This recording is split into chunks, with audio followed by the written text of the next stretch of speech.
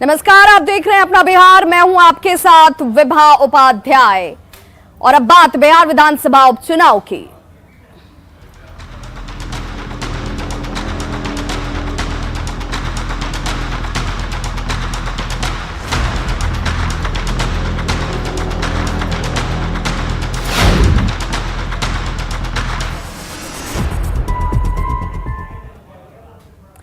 तो आज बिहार विधानसभा उपचुनाव का शोर थम जाएगा। दोनों गठबंधनों ने इसे लेकर पूरा जोर लगाया हुआ है। दोनों गठबंधनों का अपना अपना जीत का दावा इस वक्त 3 नवंबर को इसे लेकर वोटिंग होने वाली है। मोकामा और गोपालगंज जहां पर मतदान 3 नवंबर को होंगे। चिराग की वजह से सियासी माहौल इस वक्त गरमाया हुआ है। वहीं प्रचार करने के लिए मुख्यमंत्री नीतीश कुमार नहीं जाने वाले हैं। तो 3 नवंबर को वोटिंग होगी। बिहार विधानसभा उपचुनाव को लेकर आज शोर जो है प्रचार का वो थम जाएगा।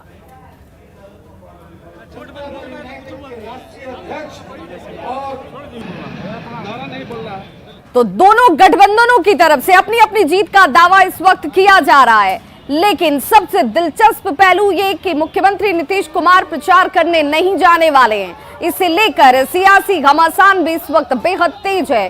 2 सीटें जिसमें मोकामा और गोपालगंज में उपचुनाव होने वाले हैं और 3 नवंबर को इसे लेकर वोटिंग होगी। चिराग पासवान की एंट्री की वजह से चुनावी प्रचार में यह मामला और ज्यादा दिलचस्प होता हुआ।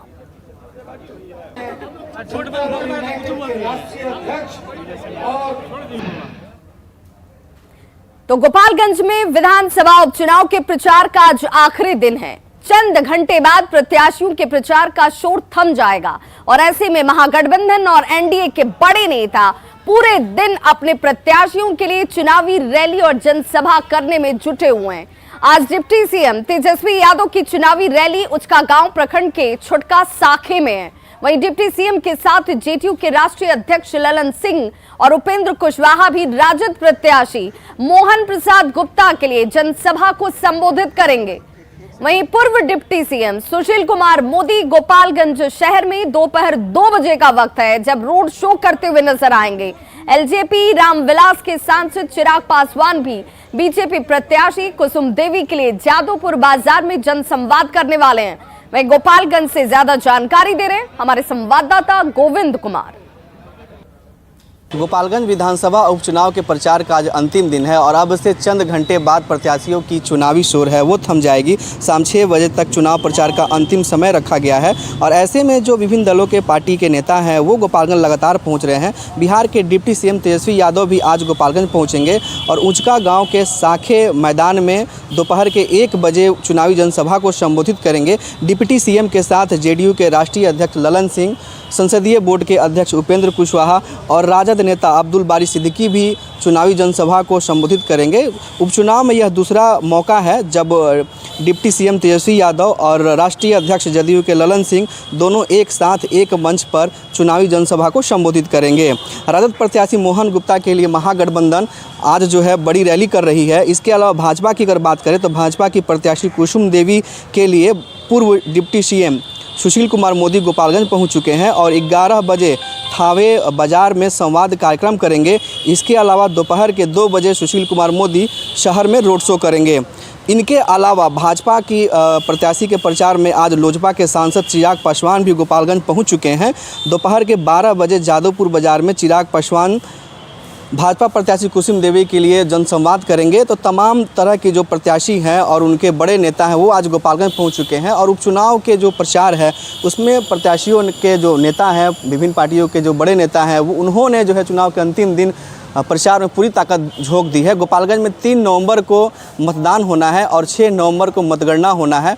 मतगणना के बाद साफ हो जाएगा कि गोपालगंज की जनता का आशीर्वाद किस पर है। वैसे अगर लड़ाई की बात करें तो यहाँ भाजपा की कुसुम देवी जो पूर्व मंत्री दिवंगत सुभाष सिंह की पत्नी हैं और राजद के वैश्य समाज से आने वाले मोहन प्रसाद गुप्ता, इन दोनों के बीच लड़ाई है। लेकिन इन प्रत्याशियों के अलावा की अगर बात करें तो बसपा उम्मीदवार और डिप्टी सीएम तेजस्वी यादव की जो मामा है पूर्व सांसद अनिरुद्ध प्रसाद उर्फ साधु यादव की पत्नी इंदिरा यादव, इसके अलावा AIMIM के जो प्रत्याशी है अब्दुल सलाम, इन 2 प्रत्याशियों ने भी जो दोनों भाजपा और राजद के जो प्रत्याशी हैं उनकी चुनावी समीकरण की खेल को बिगाड़ दिया है। ऐसे में अब 6 6 नवंबर को मतगणना के बाद साफ हो जाए गोपालगंज की जनता का आशीर्वाद किस पर है। गोविंद कुमार, न्यूज़ 18, गोपालगंज।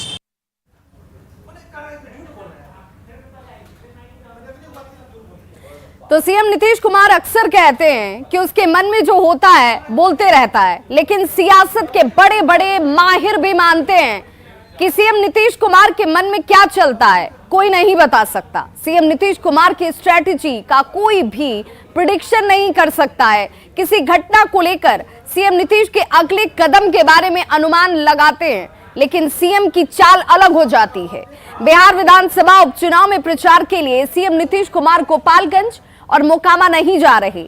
सीएम नीतीश कुमार ने कहा कि चोट की वजह से वो प्रचार करने के लिए नहीं जा पा रहे हैं, लेकिन बीजेपी और उसके सहयोगी आरोप लगा रहे हैं कि सीएम नीतीश इन चुनावों में आरजेडी को हराना चाहते हैं। और सवाल यहीं से उठता है कि प्रचार से दूरी का उपचुनाव पर क्या असर होगा। अब इसको बात है, समझ गए।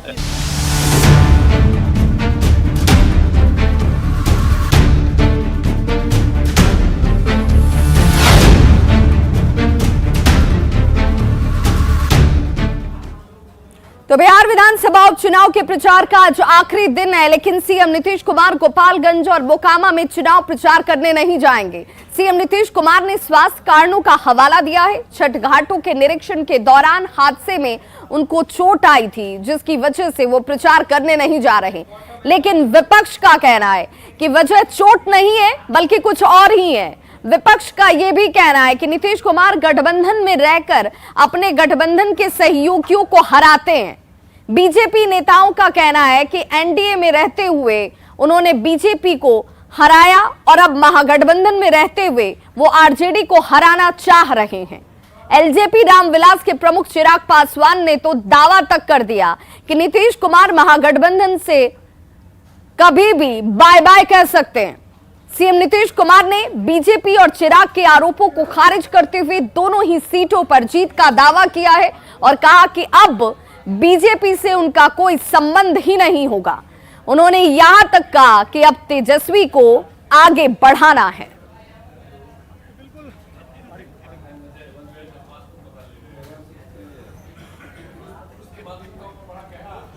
तो गठबंधन चलाएंगे, प्रचार करने नहीं जाएंगे, ये सवाल विपक्ष की तरफ से, बीजेपी की तरफ से और बीजेपी के सहयोगियों की तरफ से उठाए जा रहे हैं। सीएम नीतीश कुमार प्रचार करने के लिए नहीं जा रहे हैं और इस प्रचार करने के लिए नहीं जाने को लेकर बीजेपी कटाक्ष कर रही है। आरजेडी हालांकि नीतीश कुमार के बचाव में उतर आई है।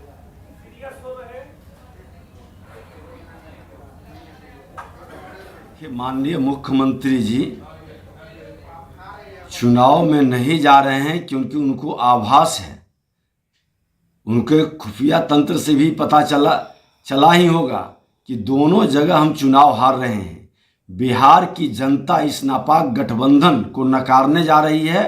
कि नीतीश जी बहुत पहले ही स्पष्ट कर दिए हैं और हमारी पार्टी के नेता भी स्पष्ट कर दिए हैं कि नीतीश जी अस्वस्थता की वजह से प्रोग्राम में नहीं गए, लेकिन उन्होंने सोशल मीडिया के मार्फत से अपील किया है दोनों मतदाता क्षेत्रों से, मतदाता भाइयों से, कि आप लोग चुनाव जो है से आरजेडी के प्रत्याशी को वोट दीजिए। इसलिए अब सवाल नहीं रह गया कि नीतीश जी क्यों नहीं गए। तो मुख्यमंत्री नीतीश कुमार के चुनाव प्रचार में नहीं जाने पर मंत्री अशोक चौधरी ने कहा कि सीएम नीतीश कुमार को चोट लगी है और पूरी पार्टी प्रचार में लगी हुई है।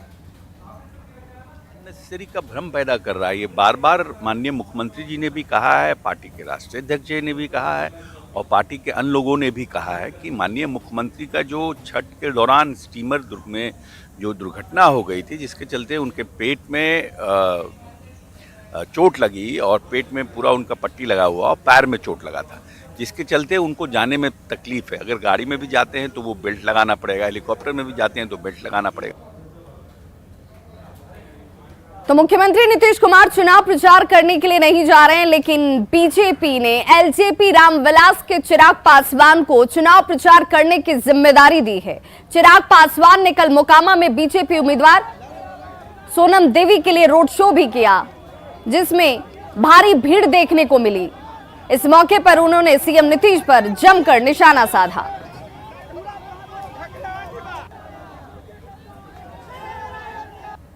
जिसकी वजह से जदयू के राष्ट्रीय अध्यक्ष, जिनकी वजह से आज अनंत जी इस परिस्थिति में हैं और कल तक वो उनको क्या कुछ नहीं कहते थे, और आज भी गठबंधन में ईमानदारी है। बगल में रहने वाले मुख्यमंत्री नीतीश कुमार जी अपने पाँव की चोट का हवाला देके यहाँ नहीं आते, तो अपने में दर्शाता ये कोई ईमानदार गठबंधन नहीं है। और देखिए गठबंधन के मायने भी नहीं।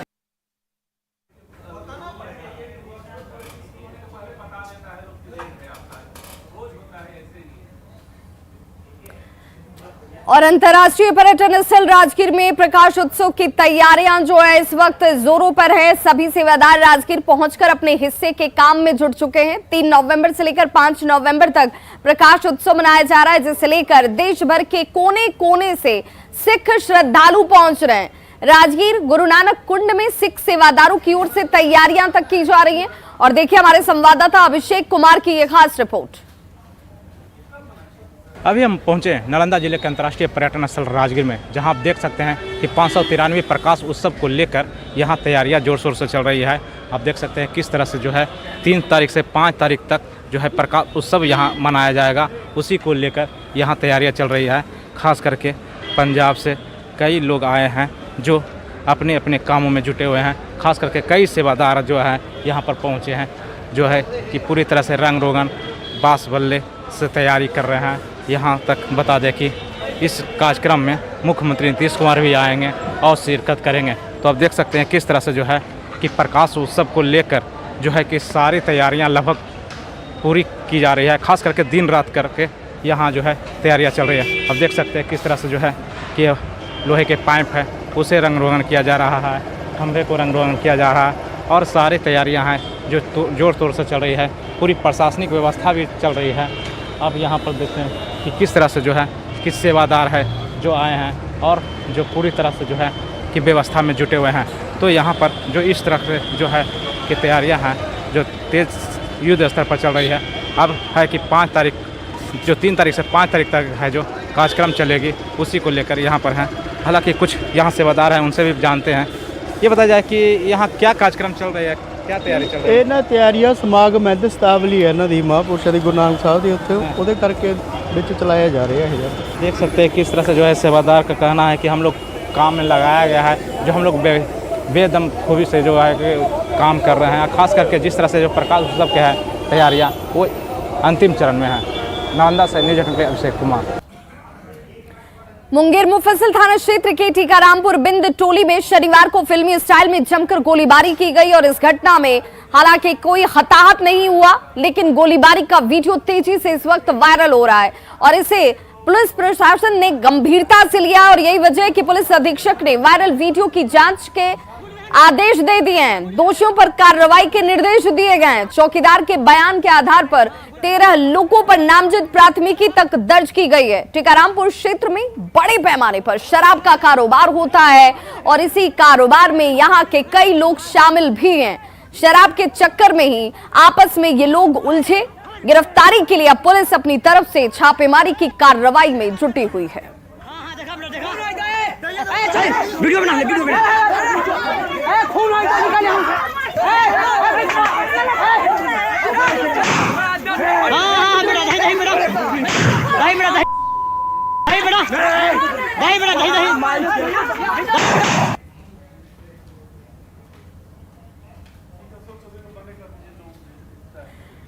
वहीं बड़ी खबर अरवल से आ रही है, जहां पर एम्बुलेंस और बाइक के बीच जोरदार टक्कर हो गई है। इस टक्कर में एक शख्स की मौत हो गई है जबकि 3 लोग जख्मी बताए जा रहे हैं। बद्रीगढ़ मोड़ के पास ये दर्दनाक हादसा हुआ जिसमें एम्बुलेंस और बाइक के बीच आमने सामने की जोरदार टक्कर होती है। एक व्यक्ति की मौत हो गई है जबकि 3 लोग इस दौरान जख्मी हुए हैं।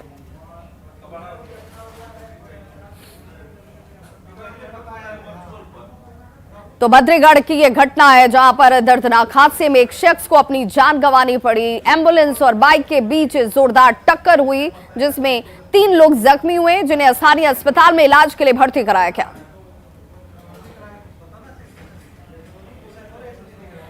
बेगूसराय में कपड़ा व्यवसायी की हत्या के बाद बीती रात परिजनों और ग्रामीणों ने NH 28 को जाम कर खूब हंगामा किया है। गुस्साए लोगों ने आगजनी तक की है। तस्वीरें इस वक्त आपके टीवी स्क्रीन पर। सदर डीएसपी से कार्रवाई का आश्वासन मिलने के बाद लोगों ने जाम हटवाया है। बछवाड़ा थाना क्षेत्र के फतेहा कलाली चौक पर 31 अक्टूबर को दोपहर अपराधियों ने सुनील यादव और मुन्ना यादव की गोली मारकर हत्या कर दी थी। परिजनों ने यह आरोप लगाया है कि लंबे समय से अपराधियों की तरफ से मुन्ना यादव से रंगदारी की मांग की जा रही थी, उन्हें धमकाया जा रहा था। मुन्ना यादव ने रंगदारी देने से इनकार किया था और यही वजह है कि अपराधियों ने इस हत्याकांड को अंजाम दिया और आक्रोशित लोगों ने अब अपराधियों की गिरफ्तारी की मांग की है। दिन दहाड़े दुकान में घुसकर अपराधियों ने मुन्ना यादव की हत्या की थी। पुलिस अब ये दावा कर रही है कि बहुत जल्द अपराधियों की पहचान अब की जा चुकी है और जल्द से जल्द सभी को गिरफ्तार किया जाएगा। अपराधी जो है चुनौती देता था कि केस उठा लो नहीं तो हम मार देंगे। मार दिया दिन में आके, सब सामने में सबको दिन में आके। क्या करते थे जिनकी? ये कपड़ा रेडीमेड का व्यवसाय करते हैं मुन्ना यादव। काफी दिनों से यहाँ कर रहे हैं? हाँ, बहुत दिन से करता है। हम लोग अब यही कहेंगे कि अभी जो घर परिजनों के द्वारा जो सड़क जाम किया गया है, पुलिस को सहयोग करते हुए पोस्टमार्टम हेतु लाश भेजा जाए और हम लोगों को कुछ समय दिया जाए ताकि जो अपराधी तत्व है उस पर हम लोग लगाम लगा सके, उसकी गिरफ्तारी कर सके। लखीसराय से बड़ी खबर है, जहां पर दो पक्षों के बीच जमकर मारपीट हुई है। कवैया के गोसाई टोला की ये घटना है। 12 से ज्यादा लोग जख्मी बताए जा रहे हैं। आपसी विवाद में मारपीट की घटना सामने आई है और फिलहाल तमाम घायलों को अस्पताल में इलाज के लिए भर्ती कराया गया। कवैया के गोसाई की घटना, जहां पर आपसी विवाद में दो पक्षों के लोग एक दूसरे पर टूट पड़ते हैं, जमकर मारपीट होती है और इसी घटना में कई लोग जख्मी हुए हैं।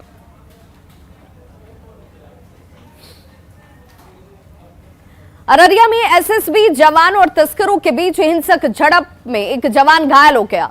एसएसबी जवानों की कार्रवाई से नाराज तस्करों और ग्रामीणों ने टोली बनाकर जवानों के ऊपर हमला कर दिया था, जिसके बाद जवाबी कार्रवाई में काफी देर तक यह इलाका पूरी तरह से रण क्षेत्र में तब्दील नजर आया।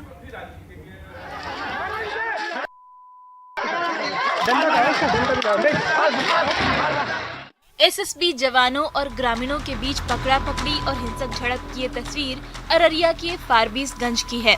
जब एसएसबी जवानों ने गेहूं लदे ट्रक को नेपाल जाने से रोका तो तस्करों ने ऐसा हिंसक तेवर दिखाया कि घटनास्थल रणभूमि में तब्दील हो गया।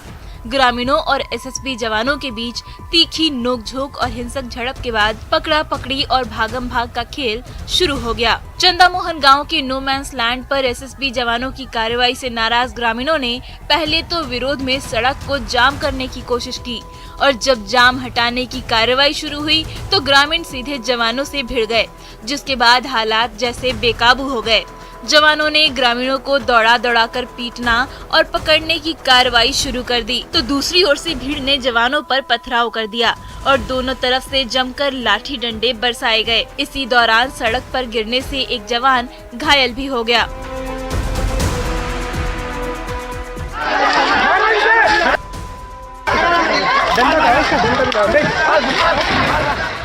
कुर्साकांड प्रखंड के इलाके से तस्कर एसएसबी जवानों की आंखों में धूल झोंककर अवैध सामानों की तस्करी करते हैं।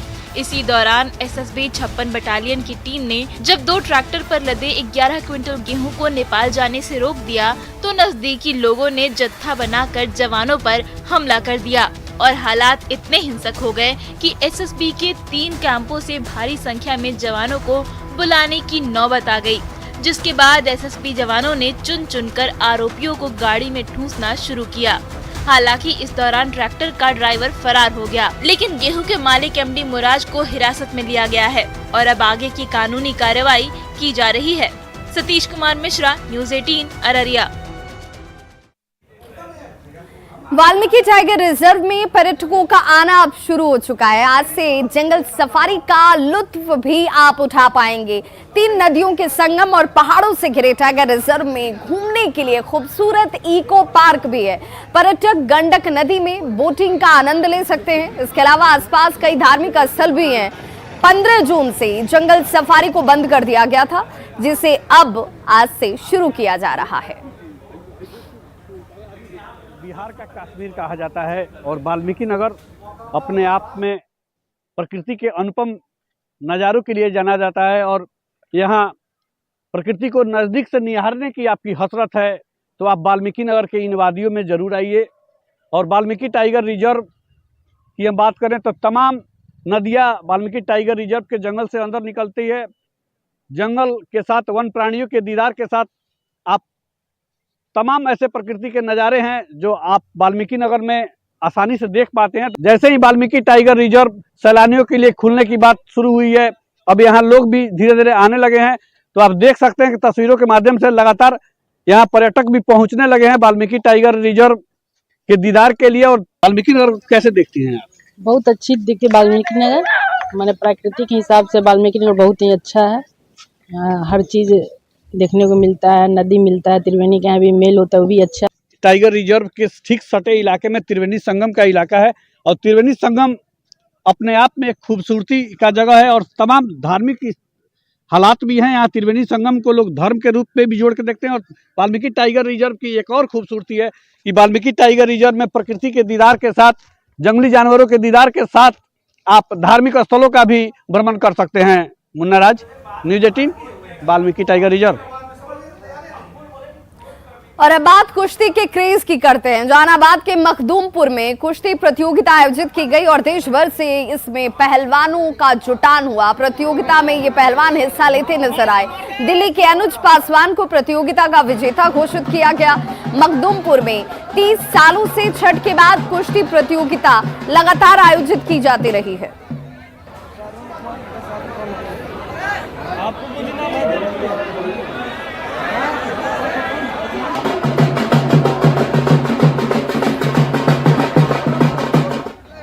करके आगे कार्यक्रम करते आगे बढ़ावेंगे सर। अच्छा, तो आप विजेता बने हैं? यस।